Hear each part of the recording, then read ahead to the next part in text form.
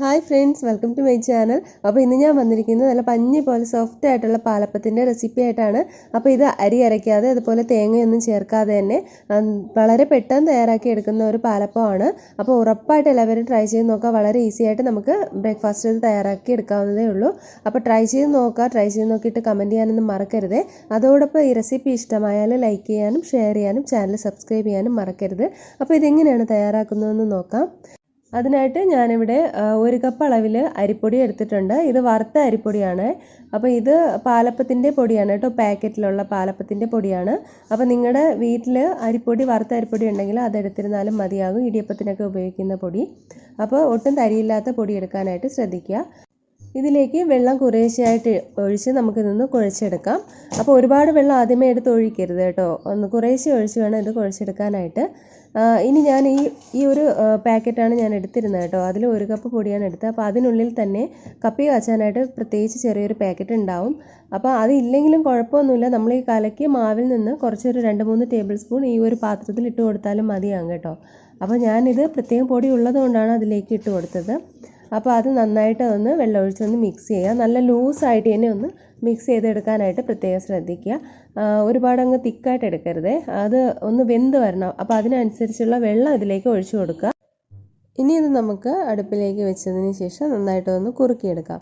അപ്പോൾ ഈ ഒരു ടൈമിൽ നമ്മൾ അതിൽ മിക്സ് ചെയ്ത് കൊടുത്തുകൊണ്ടേ ഇരിക്കുക, ഇളക്കി കൊടുത്തുകൊണ്ടേ ഇരിക്കുക. കൈവിട്ട് മാറരുത്, എങ്കിൽ ചിലപ്പോൾ കരിഞ്ഞു പിടിക്കാനുള്ള ചാൻസ് ഉണ്ട്. ഇത് പെട്ടെന്ന് തന്നെ കുറുകി കിട്ടും, അതാണ് അതിൻ്റെ ഒരു പ്രത്യേകത. പിന്നെ ഇത് ഹൈ ഫ്ലെയിമിൽ ഇട്ട് ചെയ്യുമ്പോൾ പ്രത്യേകം ശ്രദ്ധിക്കുക കേട്ടോ, കരിഞ്ഞു പോവാതിരിക്കാനായിട്ട് പ്രത്യേകം ശ്രദ്ധിക്കുക. അപ്പോൾ ഇതിവിടെ ഏകദേശമൊക്കെ ആയി വന്നിട്ടുണ്ട് കേട്ടോ. ഈ ഒരു സ്റ്റേജ് മതിയാകും, കൂടുതലായിട്ട് അങ്ങ് തിക്കായിട്ട് എടുക്കേണ്ട ആവശ്യമൊന്നുമില്ല. നന്നായിട്ടൊന്ന് വെന്തിടണം, അത്രയേ ഉള്ളൂ. അപ്പോൾ ഇത് കപ്പി കാച്ചി എടുത്തതാണ് കേട്ടോ. ഇനി ഇത് നമുക്കൊന്ന് ചെറുതായിട്ടൊന്ന് തണുക്കാനായിട്ട് മാറ്റി വയ്ക്കാം. അപ്പോൾ ഒരുപാടങ്ങ് തണുക്കേണ്ട ആവശ്യമൊന്നുമില്ല, ചെറിയ ചൂട് ഇതിന് വേണം, അതുകൊണ്ട് അല്പം ഒന്ന് തണുത്താൽ മതിയാകും. അപ്പോൾ ഞാനിവിടെ ഒരു മിക്സിയുടെ ജാറിലേക്ക് ഞാൻ ആദ്യം കലക്കി വെച്ചിരുന്ന മാവ് ഇതിലേക്ക് ഒഴിച്ചു കൊടുക്കുകയാണ്. അതിൻ്റെ കൂടെ തന്നെ ചെറുതായിട്ടൊന്ന് തണുത്ത ഈ കപ്പി കാച്ചിയ മാവും കൂടി ഇതിലേക്ക് ഇട്ട് കൊടുക്കാം. ഇനി ഇതിലേക്ക് ഞാൻ പഞ്ചസാര ചേർത്ത് കൊടുക്കുകയാണ്, ഒരു 1/2 ടേബിൾ സ്പൂൺ. നിങ്ങൾക്ക് താല്പര്യം ഉണ്ടെങ്കിൽ ചേർത്താൽ മതി കേട്ടോ. ഇതിലേക്ക് ഒരു 1/4 ടീസ്പൂൺ അളവിൽ ഈസ്റ്റ് ചേർത്ത് കൊടുക്കുകയാണ്. അപ്പോൾ ഇനി ഇതിലേക്ക് ആവശ്യത്തിന് ഉപ്പ് കൂടി ചേർത്ത് നന്നായിട്ട് ഒന്ന് അരച്ചെടുക്കാം. അപ്പോൾ ഒന്ന് അരച്ചതിന് ശേഷം നമുക്കിതിലേക്ക് വെള്ളം വേണമെങ്കിൽ ചേർത്ത് കൊടുക്കാം. അപ്പോൾ ഇത് നല്ല തിക്കായിട്ടാണ് ഇരിക്കുന്നത്, അപ്പോൾ അതിനനുസരിച്ച് വെള്ളം ചേർത്ത് കൊടുക്കുക. അപ്പോൾ ഞാനിവിടെ ചെറു ചൂടുവെള്ളമാണ് ഇതിലേക്ക് ഒഴിച്ചു കൊടുക്കുന്നത്. അപ്പോൾ ചെറു ചൂടുവെള്ളം ചേർത്ത് കൊടുക്കുന്നത് പെട്ടെന്നൊക്കെ ഒന്ന് ഫെർമെൻ്റായിട്ട് കിട്ടാൻ വേണ്ടിയിട്ടാണ് കേട്ടോ. അപ്പം ഞാൻ അധികം ചൂടായിട്ടുള്ള വെള്ളമൊന്നും അല്ല എടുത്തിരിക്കുന്നത് കേട്ടോ.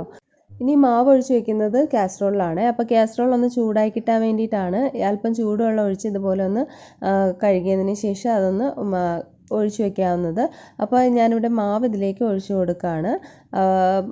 മാവ് ഒഴിച്ചതിന് ശേഷം നമുക്കിത് അടച്ച് വെച്ച് ഒന്ന് പുളിപ്പിച്ചെടുക്കണം. അപ്പോൾ നല്ല ചൂടുള്ള കാലാവസ്ഥയൊക്കെ ആണെന്നുണ്ടെങ്കിൽ അരമണിക്കൂർ കൊണ്ട് തന്നെ അത് പുളിച്ച് കിട്ടും, അല്ലെങ്കിൽ കുറച്ചുകൂടെ ടൈം എടുക്കും. അപ്പോൾ നല്ല ചൂടാണെങ്കിൽ മാത്രമേ അരമണിക്കൂറോ 1 മണിക്കൂറോ ഒക്കെ കൊണ്ട് പുളിച്ച് കിട്ടത്തുള്ളൂ കേട്ടോ. അതല്ലാതെ തണുപ്പ് കാലാവസ്ഥയൊക്കെ ആണെന്നുണ്ടെങ്കിൽ അരമണിക്കൂർ കൊണ്ടൊന്നും ആവത്തില്ല, 8 മണിക്കൂറെങ്കിലും ഫെർമെൻറ്റ് ചെയ്യാനായിട്ട് വെക്കണം. അപ്പോൾ ഇവിടെ മാവെല്ലാം നന്നായിട്ട് തന്നെ പുളിച്ച് വന്നിട്ടുണ്ട്. ഞാനിവിടെ കുറച്ച് സമയം വെച്ചിട്ടുണ്ടായിരുന്നുള്ളൂ, കാരണം ഇവിടെ ചൂടുണ്ട്. ഇപ്പോൾ ഈ ഒരു ടൈമിൽ മാവ് കണ്ടില്ലേ, നല്ല സോപ്പ് പത പോലെ നന്നായിട്ട് തന്നെ പൊങ്ങി വന്നിട്ടുണ്ട്, നല്ല പതഞ്ഞ് തന്നെ വന്നിട്ടുണ്ട്. ഇനി നമുക്കതിലൊന്നും തന്നെ ചേർക്കാനില്ല, നമുക്കിത് ഡയറക്റ്റായിട്ട് അപ്പച്ചട്ടിയിലേക്ക് കോരി ഒഴിച്ച് കൊടുക്കാവുന്നതാണ്. അപ്പോൾ ഈ മാവ് പതഞ്ഞ് പൊങ്ങുന്നതിന് മുന്നേ തന്നെ ഉപ്പൊക്കെ ചേർത്ത് കഴിഞ്ഞാൽ കുറച്ചുകൂടെ നല്ലതാണ് കേട്ടോ. കാരണം മാവ് നന്നായിട്ട് പൊങ്ങിയതിന് ശേഷം സ്പൂണിട്ട് ഒരുപാട് മിക്സ് ചെയ്ത് കഴിഞ്ഞാലും നന്നായിട്ട് അത് സോഫ്റ്റ്നെസ്, അതിൻ്റെ ആ ഒരു പതയൊക്കെ അങ്ങ് മാറിപ്പോകും. അതുകൊണ്ട് എല്ലാം ചേർത്തതിന് ശേഷം നമുക്ക് ഫെർമെൻറ്റ് ചെയ്യാൻ വെച്ചിരുന്നാൽ മതി. അപ്പോൾ ഇതുപോലെ നല്ല ഹോൾസൊക്കെ വന്നതിന് ശേഷം നമുക്കിതൊന്ന് അടച്ച് വെച്ചതൊന്ന് വേവിച്ചെടുക്കാം. അപ്പോൾ പ്രത്യേകം ശ്രദ്ധിക്കുക, ഇതിൻ്റെ ചൂട് ഒരല്പം നന്നായിട്ട് ചൂടായതിന് ശേഷം ലോ ഫ്ലെയിമിൽ വെച്ചിട്ട് മാവ് ഒഴിക്കുക കേട്ടോ. അല്ലെന്നുണ്ടെങ്കിൽ ചിലപ്പോൾ അവിടെ ഇവിടെയായിട്ട് കട്ട പിടിക്കാനുള്ള ചാൻസ് ഉണ്ട്. പിന്നെ ഇതുപോലെ ഹോൾസൊക്കെ വന്നതിന് ശേഷം അടച്ച് വെച്ചതൊന്ന് വേവിച്ചെടുക്കാം. മീഡിയം ഫ്ലെയിമിലിട്ട് ഒന്ന് വേവിച്ചെടുത്താൽ മതി, ഇല്ലെങ്കിൽ ഉൾഭാഗം വേഗത്തില്ല.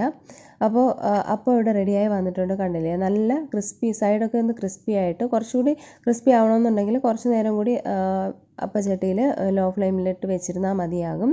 അപ്പോൾ ഇത് ഒരെണ്ണം ഞാൻ തയ്യാറാക്കി എടുത്തിട്ടുണ്ട്. നല്ല സോഫ്റ്റായിട്ട് നമുക്ക് വളരെ പെട്ടെന്ന് തയ്യാറാക്കി എടുക്കാൻ പറ്റുന്ന ഒരു റെസിപ്പിയാണിത്.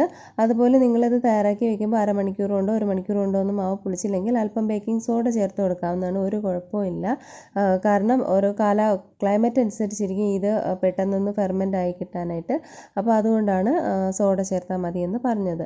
അപ്പോൾ ഈ ഒരു അരിപ്പൊടി വെച്ചിട്ടാണ് തയ്യാറാക്കിയിരിക്കുന്നത്. അരിയൊന്നും ഇല്ലാതെ, തേങ്ങ ചേർത്തിട്ടില്ല, ചോറ് ചേർത്തിട്ടില്ല, ഒന്നും ചേർത്തിട്ടില്ല. അപ്പോൾ അരിപ്പൊടി മാത്രം വെച്ചിട്ട് തയ്യാറാക്കിയ ഒരു അപ്പത്തിൻ്റെ റെസിപ്പിയാണ്. എല്ലാവരും ട്രൈ ചെയ്ത് നോക്കിയിട്ട് കമൻറ്റ് ചെയ്യാൻ മറക്കരുത്. ഇഷ്ടമായ ലൈക്ക് ചെയ്യാനും ഷെയർ ചെയ്യാനും ചാനൽ സബ്സ്ക്രൈബ് ചെയ്യാനും മറക്കരുത്.